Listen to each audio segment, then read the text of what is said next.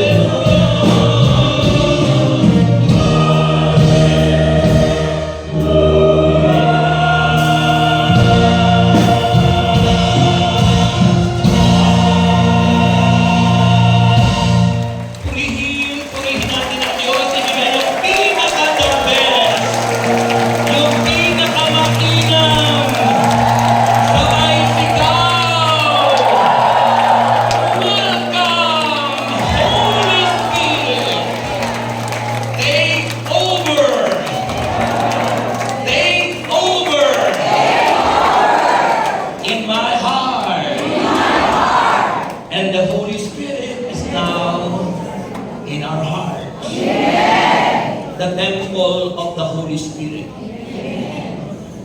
Our gospel for tonight, or for this afternoon, is taken from Mark chapter 7, verse 1 to 8, and John to verse 14 to 15, and John to verse 21 to 23. At ganito ang wika ng kanyang salita. Lumapit kay Jesus ang mga Pariseo kasama ang ilang tagapagturo ng kautusan na galing pa sa Jerusalem. Nakita nila ang ilan sa mga alagad niya na kumakain nang marumi ang mga kamay dahil kautusan ayon sa kaugalian ng mga Hudyo. Sapagkat ang mga Hudyo, lalo na ang mga Pariseo, ay hindi kumakain hanggat hindi muna sila nakapaghuhugas ng kamay ayon sa kaugaliang minana nila mula sa kanilang mga ninuno. Hindi rin sila kumakain ng anumang galing sa palengke na hindi muna ito hinuhugasan. Marami pa silang sinusunod na katuroang minana tulad ng paghuhugas ng mga tasa, pinsel, sisidlang tanso, at mga higaan. Kaya tinanong si Jesus ng mga Pariseo at ng mga tagapagturo ng kautusan, bakit hindi sumusunod ang mga alagad mo sa mga turo ng ating mga ninuno? Kumakain sila ng hindi man lamang naguhugas ng kamay ayon sa kaugalian.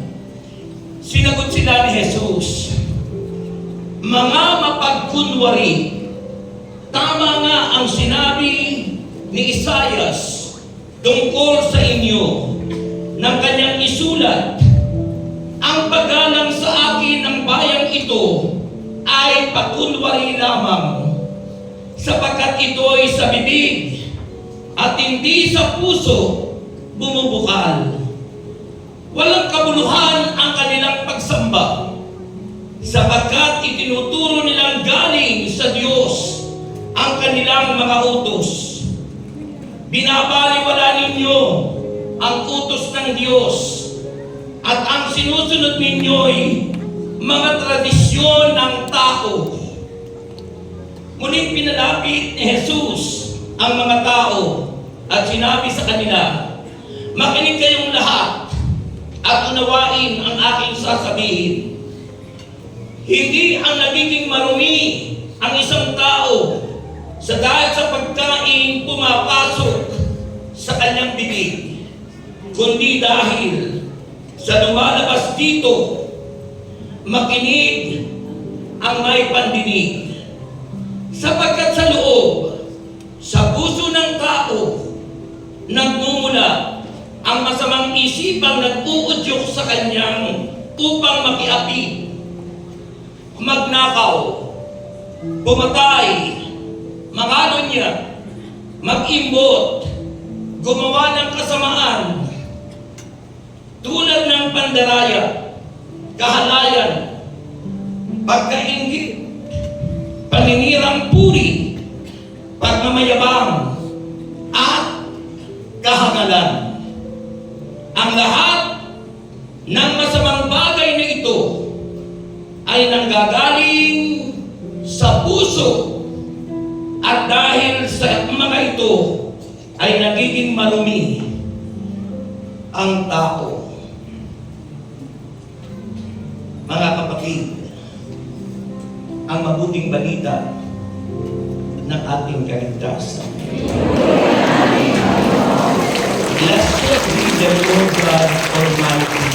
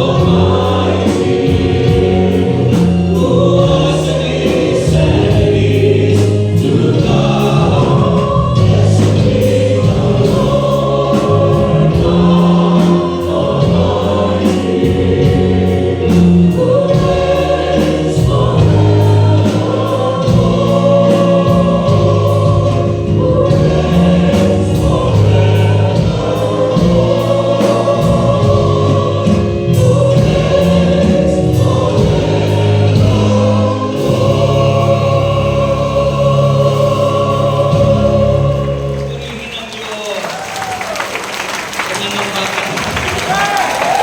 Hallelujah. Okay. Sino sa inyo ang may prayer request? Taas po ang kamay na may prayer request. O baba ang kamay. Sino sa inyo ang walang prayer request? Lalapitan po kayo ng ating mga assurance para bigyan po kayo kasi ayaw ko po na kayo uuwing bigo. Kasi sabi ng banal na kasulatan, present your request unto God. Kailangan daw po natin ipipresenta sa Diyos ang ating mga kahilingan. Kaya sayang naman po kung kayo pumunta na wala naman kayong prayer request. Kaya may pagkakataon pa po, mamaya pa po natin itataas yan. Na? Isa lang naman yung pintuan yung lalabasan dyan, aabangan lang kayo doon ng mga bags, collection bag at iuhulog nyo. Kasi pag hindi nahulog yan, bigo kayo. At kung wala kayong prayer request, tiyak wala kayong maaasahan.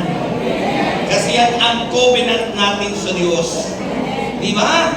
Isa rin yan po sa pagtitiwala sa Panginoon. Kapag po tayo humihiling sa Diyos, yan ay isang tanda na kayo'y malalim ang pagtitiwala sa Panginoon.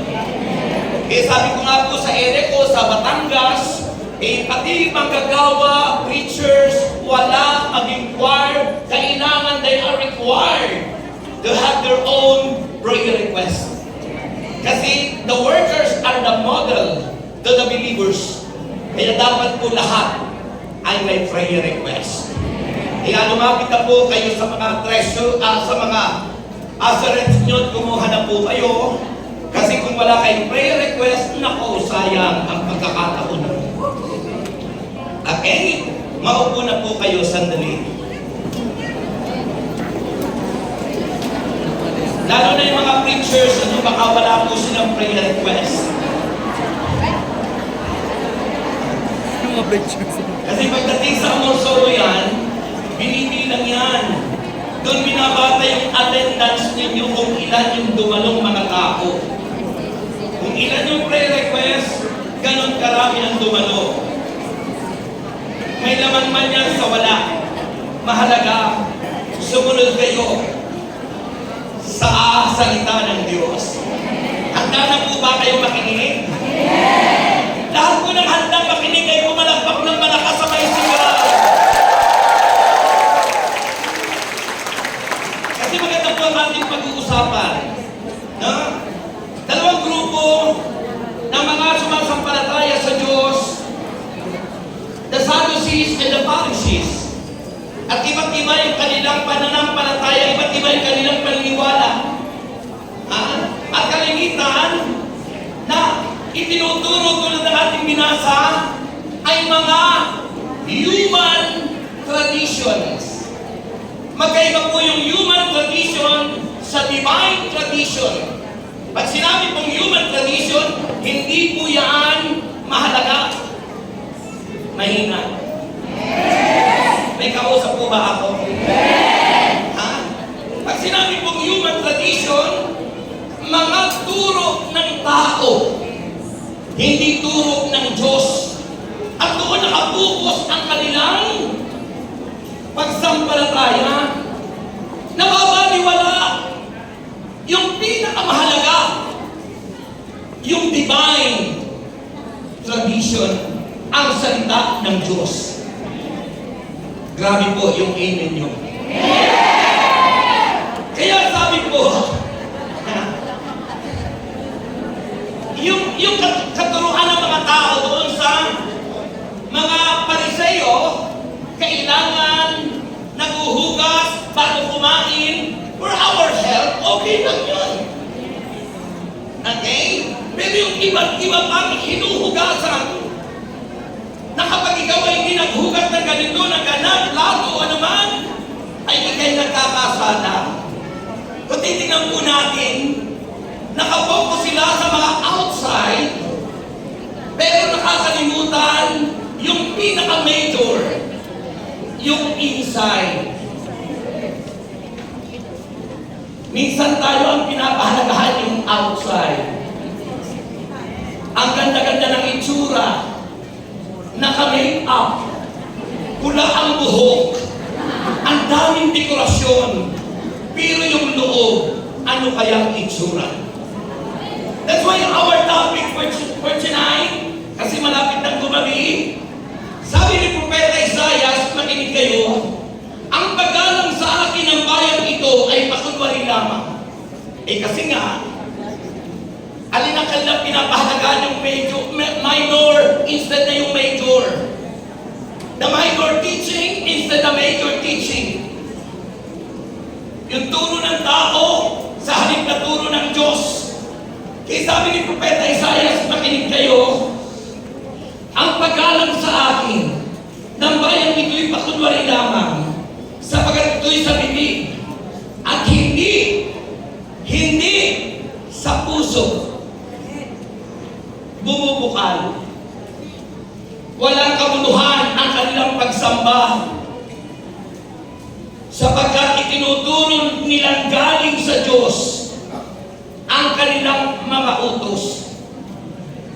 Binabaliwala ninyo ang utos ng Diyos at ang sinusunod ninyo'y mga tradisyon ng tao. Human tradition. Ang pinatikos ni Kristo sa Biblia ay human tradition. Mga turo ng taong walang kabuluhan.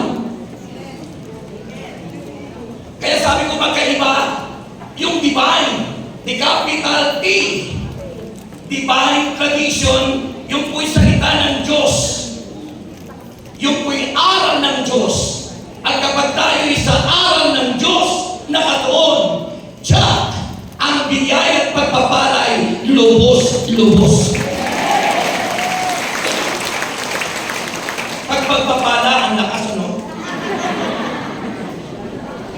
Pag hindi ko nababanggit yung pagpapala, sinasabi ko bang may kausap ba ako? Kaya nga, aking pag-uusapan ngayon, mga kapatid, Jesus calls us to purity of hearts.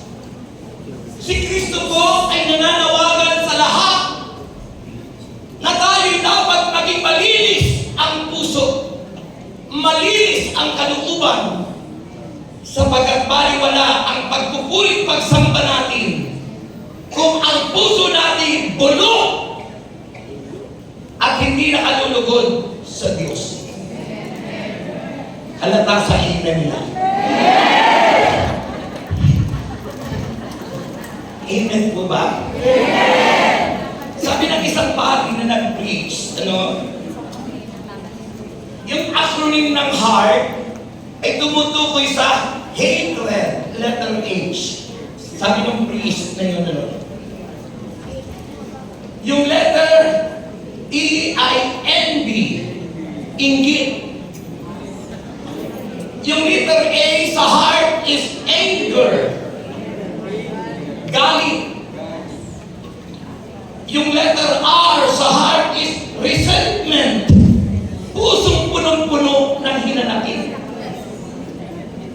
At yung letter T, yung being timid o timidity, mahiyain, nahihiyang magpuri, nahihiyang palakpak sa Panginoon,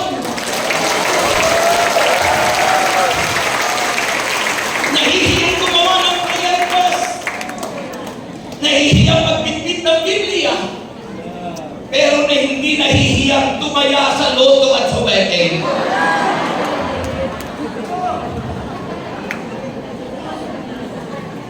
Ikinahihiya ang nararapat ilalagay. Pero yung dapat nating ikahiya ang ating inilalagay. Kaya ang inyong pagpupuri at pagsambay, pagkunwari lamang at hindi sa puso ito bumubuhay. Dapat ang tumpak at ang pagsamba sa Diyos ay buhat sa malinis na puso, dumadaloy patungo sa puso ng Diyos.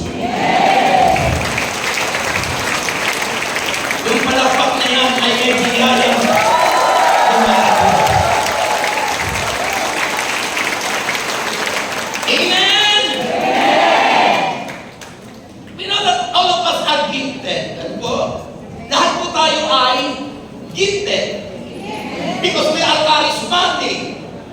charismatic, it means gifted.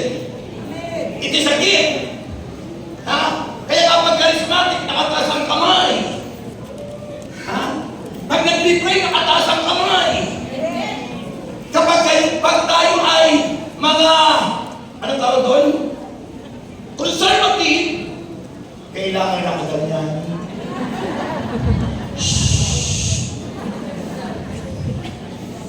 Conservative po. Winawalang kabuluhan natin minsan yung turo ng Diyos. Na sinabi ng banal na aklat, kapag ang mga lalaki at mga babae sumasamba, dapat nakataas ang kanilang mga kamay at nagpupuri kay Yahweh at Asyalat. Ito sinasabing masama kung kayo conservative. Pero pag charismatic, hindi kinahihiya ang aral ng Diyos. Hindi kinahihiyang sumigaw ng papuri sa Diyos. Hindi kinahihiya ang salita ng Diyos. Amen? Minsan sa pag-pray, doon pa tayo hindi nagkakaisa. May nakaganyan, may nakataas, may nakaganyan, may nakaganyan. Iba't iba.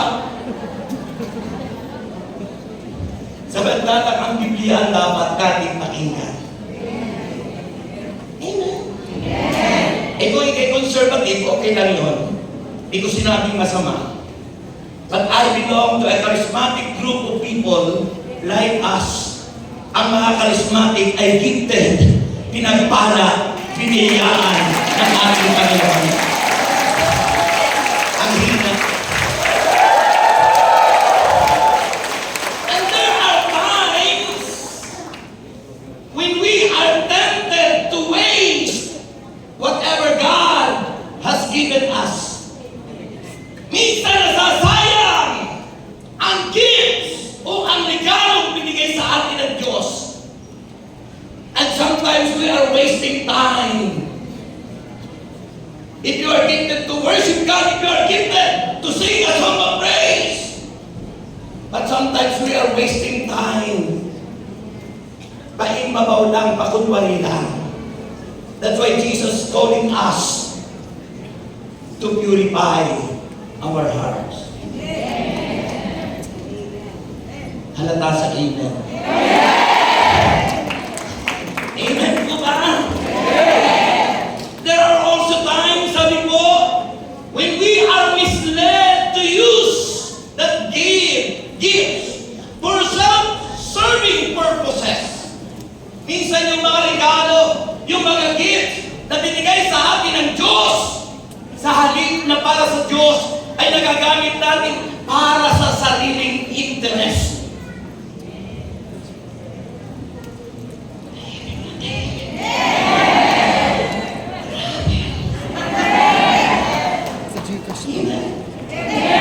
Hindi ka naman charismatic yung sinasabi ni Propeta Isaias.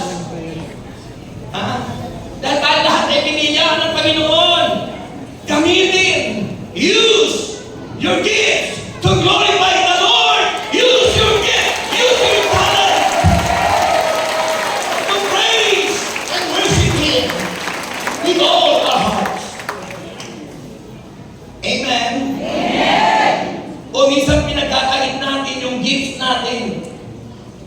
O minsan naman yung ating gifts ay pinipilit natin sa isang ministeryo na hindi naman yun yung gifts natin. Kasi mas gusto mo doon dahil gusto kong sisikat ka. Dahil lagi nasa stage.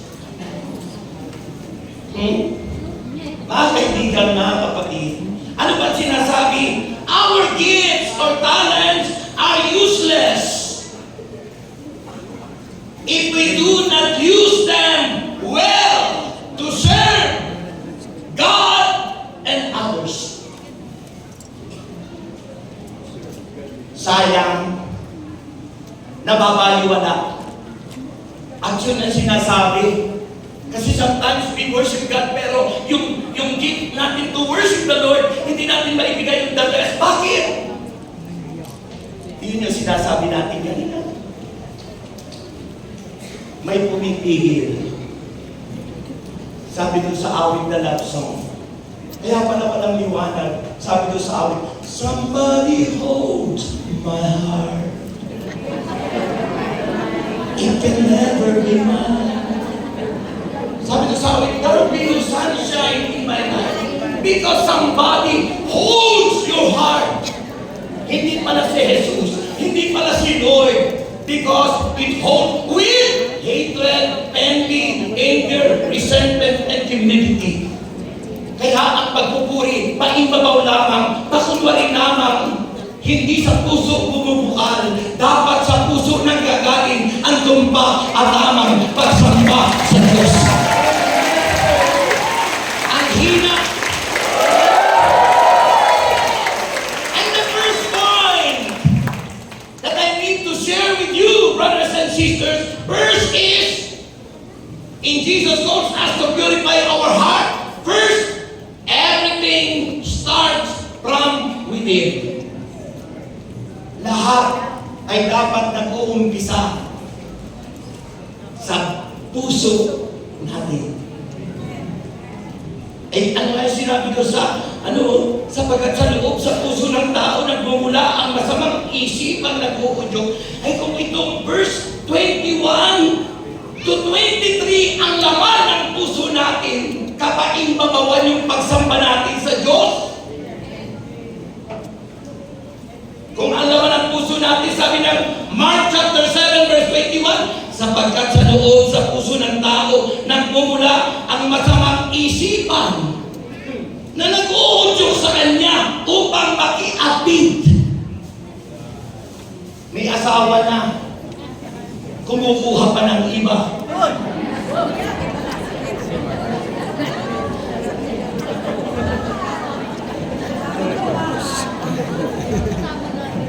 Magnakaw! Ninakaw yung tithes. Pinakialaman yung hindi sa kanya. Kalulugdan kaya ni Lord yung pagsambang yan. Kung tayo'y mga magnanakaw, dahil hindi natin na ibabalik yung hindi naman sa atin. Gumagawa ng kasamaan tulad ng pandaraya. Kahalayan, pagkainggi, paninirang puri, pagmamayabang at kahakalan. Ito pong damit ko, hindi ko po ipinag-alabang, ito po ibigay lang sa akin, kaya sinusuot ko para to acknowledge yung nagbigay. Thank you so much.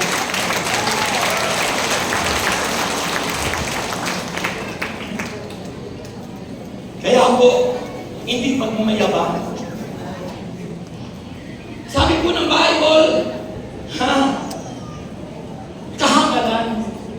Sabi ng verse 23, ang lahat ng masamang bagay na ito ay nanggagaling sa puso at dahil sa mga ito ay nagiging marumi ang tao. Tapos aawit-awit tayo, ang dumi naman pala ng puso natin kapag ibabawan.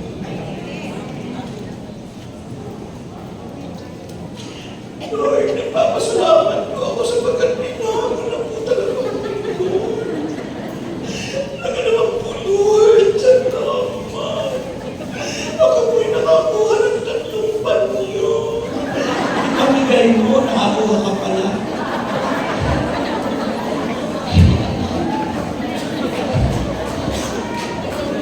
Di ba? Kalinisan ng puso ang napakahalaga. Pag malinis ang puso natin, ang biyaya ng Diyos ay tuloy-tuloy. Now, first point, everything is done from within us. From having a heart that truly cares. And that is pure heart. Parang awit, a pure heart. That's what I know. A heart that follows God.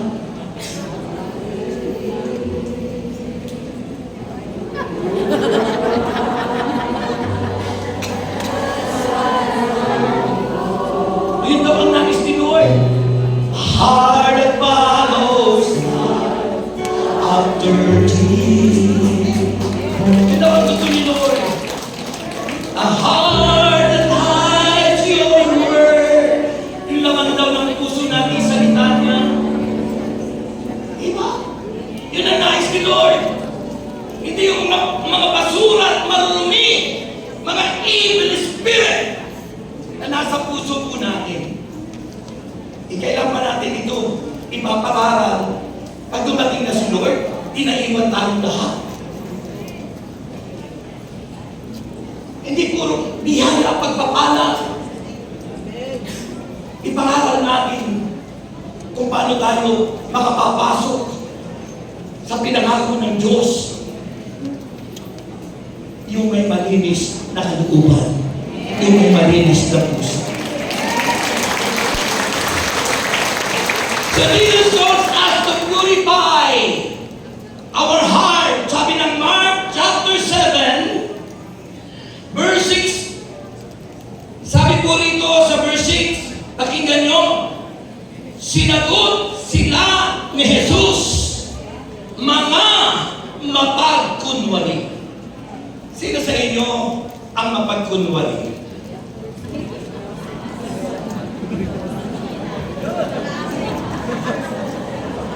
May mapagkunwari ba? Siyempre hindi natin naaninin yun, di ba? Minsan tayo nagiging mapagkunwari, mapag-imbabaw. Nature natin yun because all have sinned and fall short from the glory of God. Ang dumadali yung kasalanan. Kaya nga sabi ni Jesus, He is calling each and every one of us to have a pure heart that Jesus longed for. Nais ni Lord, malinis, tapat na puso. At sinabing purity, kalinisan, purity, it is an absence of blemish. Yung mga kapintasan. It is an absence of blemish or stain, especially sin, yung kasalanan. The state of being morally and spiritually. Yung kalagayan natin na dapat po sa spiritual na pamumuhay natin, ay tayo pure, which is seen by Scripture to us as the result of being the people of God. Bilang mga tagasunod ni Kristo, bilang mga body of Christ, the head is holy and we are the body. Pero ba namang ulo ay banal, katawan ay hangal? Jesus, the head of the church, and we are the church. We are the people of God. At kung tayo'y tagasunod ni Kristo at tayo ang simbahan, si Kristo ang ulo, siya'y banal, siya'y matuwid, hindi nagkasala. Dapat pagsikapan natin the desire of our heart to be pure and clean. Alata sa palakpak nila. Amen! Moral and spiritual purity is demand by God of His people. Pag sinabi mo moral, buhay na ang ating sinusunod ay ang salita ng Diyos. Pag sinabing moral life, we are walking in the light of God. Pag sinabing moral life, we are following the word of Jesus and we live it day and night.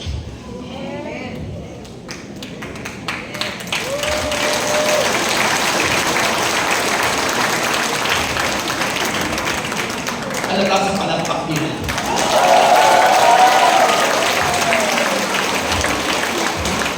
Amen po ba? Pag sinabing moral, buhay na sumusunod sa kalooban ng Diyos at ang kalooban ng Diyos ay ang mga salita niya. Hindi pwedeng sabihin mo, ako'y Kristiyano, pero kumagamit ka ng kondom.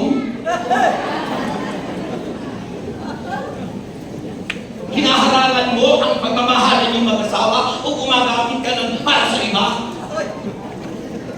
At kahit na legal yan, hindi lahat ng legal ay moral. Hindi lahat ng legal, madalas sinasabi ng servant leader, hindi lahat ng legal ay moral. Legal po ang contraceptive na nabibili sa mga convenience store. Legal po ang sugal. Wedding! Buti na lang sinabi, stop na ang pogo ay mangkukong totoo. Marami pong legal sa estado, pero sa mata ng Diyos, hindi legal yun, sapagkat immoral yun, hindi moral. Ang mahalaga sa buhay Kristiyano is moral life and spiritual life. And moral and spiritual life is purity, kalinisan. At ang may malinis na puso, sabi ng Beatitude, mapalad ang mga tao may malinis na puso, sapagkat makikita nila ang Diyos. Taas ang kamay ng gusto may malinis na puso. Makapapasok kayo sa langit, makikita niyo doon ang Diyos. Yung hindi nagdi-desire na maging malinis ang puso, demonyo ang makikita mo pagdating ng araw. Kaya desire. Jesus called us to have a pure heart. Mga kapatid. Secondly, pangalawang point na aking naisibigay sa inyo, God's call His people to be holy. Tinatawag tayo ng Diyos na mamuhay na may kabanalan, hindi buhay na hangal. Pagka narito sa praise the Lord, paglabas doon, mari-mari anong tumama?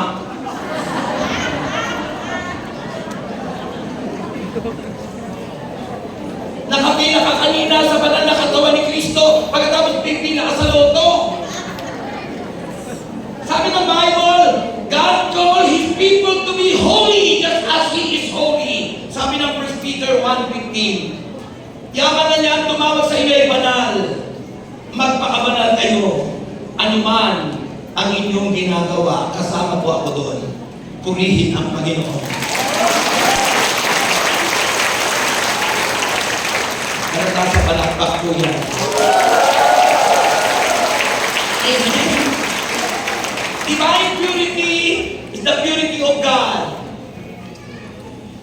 Ang kabanalan ng Diyos, kalinisan ng Diyos. No one is holy except God.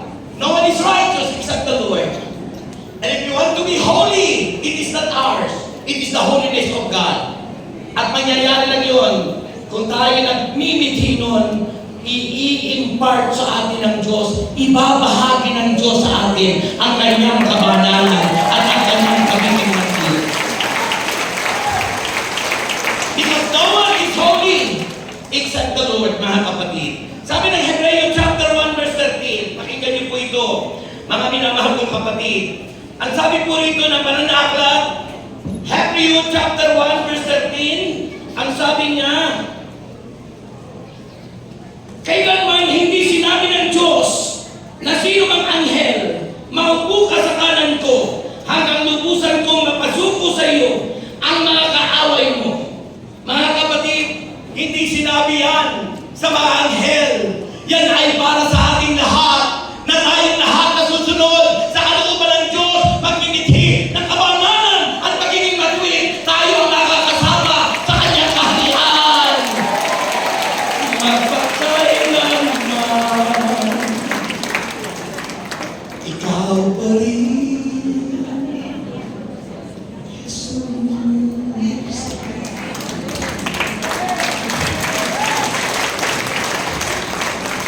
Grabe po yung palakpak niya sa Panginoon.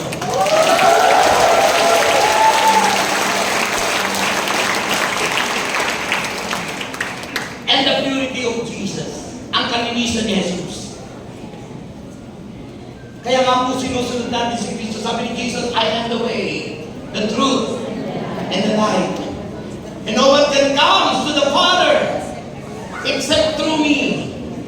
Dahil siya'y banal, siya'y matuwid. Kung iba ang susunod natin, baka tayo magtago.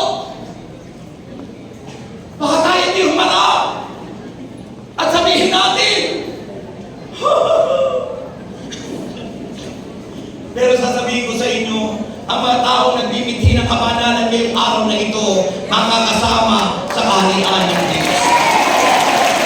May desire in my heart. Kaya naman sinabi ni Kristo. Kasi pag hindi po tayo nag-desire na maging kabanalan, pag hindi tayo nag-desire para tayo maging matuwid, hindi tayo makapapasok sa langit. Kaya mula noon hanggang ngayon, it is my desire to be with the Lord forever. At pag tayo nag-desire nito mga kapatid, sabi ng Panginoon, walang nagbitin nito na hindi sasamahan ng ating Panginoon. Amen! Sasamahan tayo ng Diyos. And finally, sabi po ng Bible, panghuli, finally, God's people are to live pure lives. Colossians chapter 3 verse 5. Dapat makita sa atin ang kabanalan ito araw-araw. Hindi yung tagal na natin, 40 years na tayo sa ministry. Pero ano yung ginagawa natin? Wala po na ako baguhin ni Lord. Yung sabi ng 2 Corinthians 5:17, if anyone is in Christ, he's a new creation, the old has gone, and the new has come. Sabi kanina ni Bishop, Bakani, yung pangarap ng Diyos sa atin, ayun tayo sumagana. Hindi lamang sa buhay spiritual, kundi maging sa mga material na bagay. Sapagat Diyos ang nagwika, I am the God that healeth thee, and I am the God who supply everything for those who believe on Him. He will supply all our needs according to His riches and glory. Amen? Ay malungkot kapag po tayo matagal na pagkatapos puro pa rin tayo. Parang sinungaling ang Diyos. Kung tayo po'y naglilingkod na sa Diyos, binigyan na tayo lahat ng we are gifted, we have talent, we have opportunity, everything is in us. Pagkatapos tayo mga manimos, no. If you are gifted, use it for the glory of God.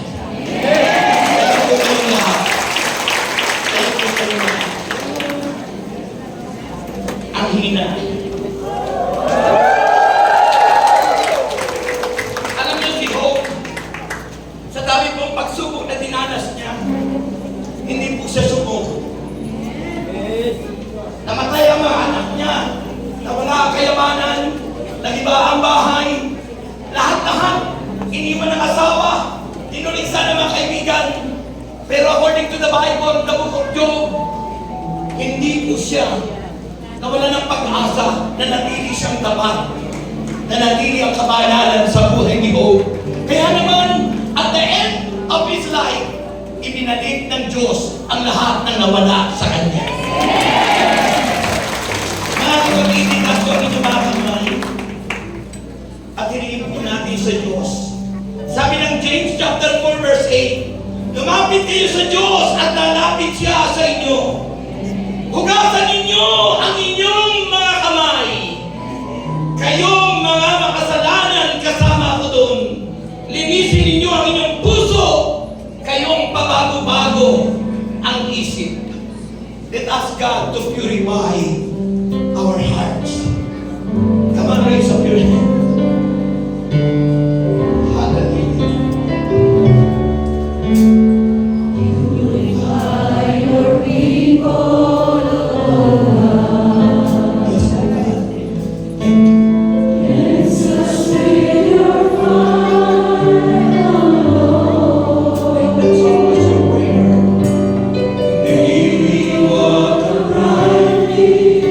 In the presence of your God.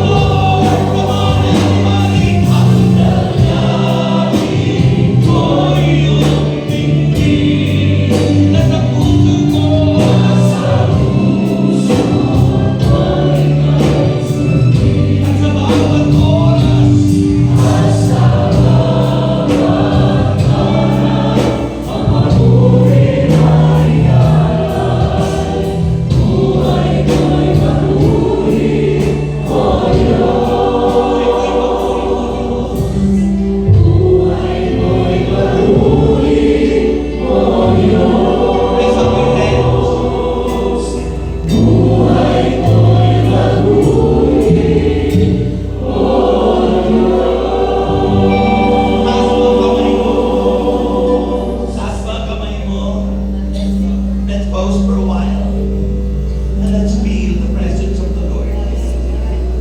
I know God is moving. I know God is moving right now.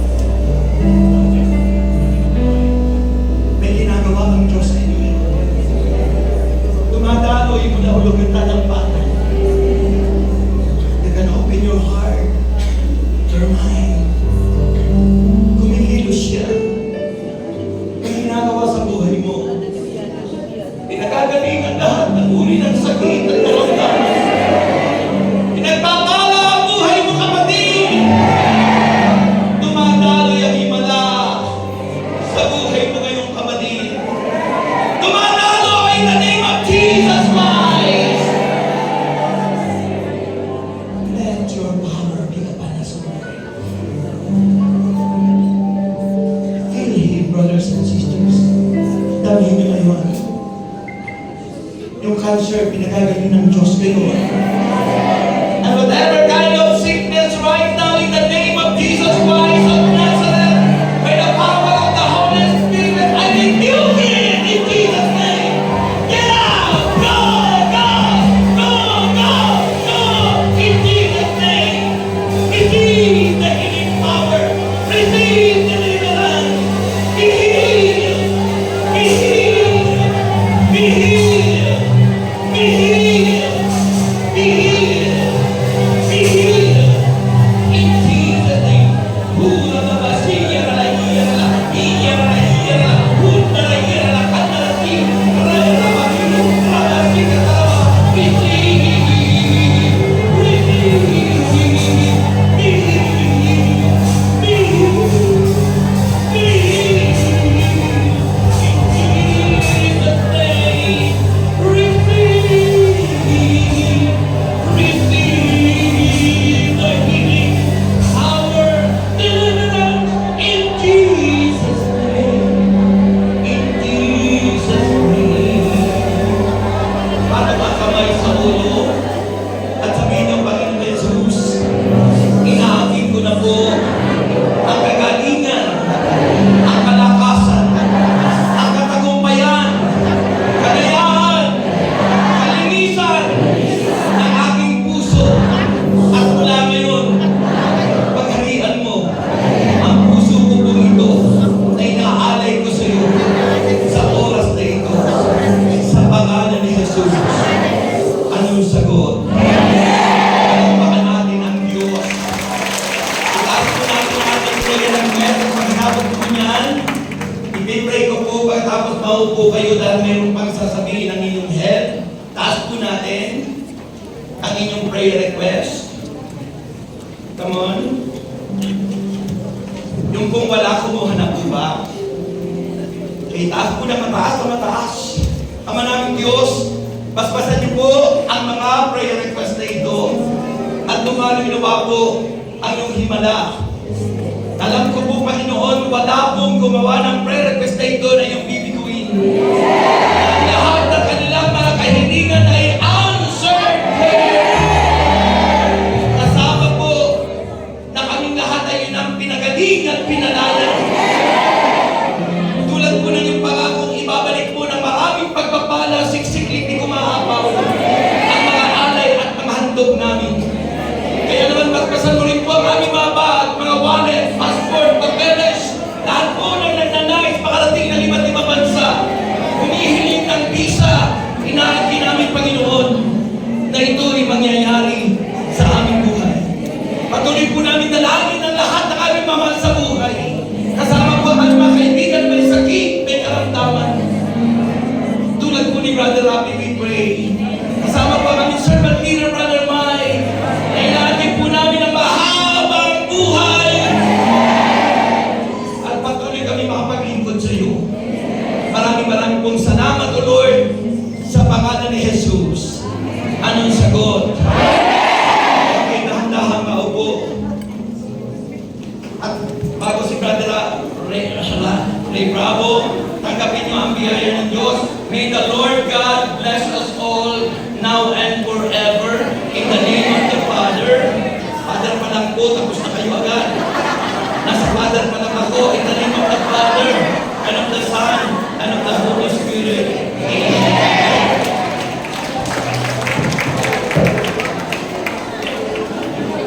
Palakpakan natin si Brother Rex. Pasalamatan din natin siya. Matagal din natin hindi nakasama si Brother Rex, kaya explosion talaga ang Amen.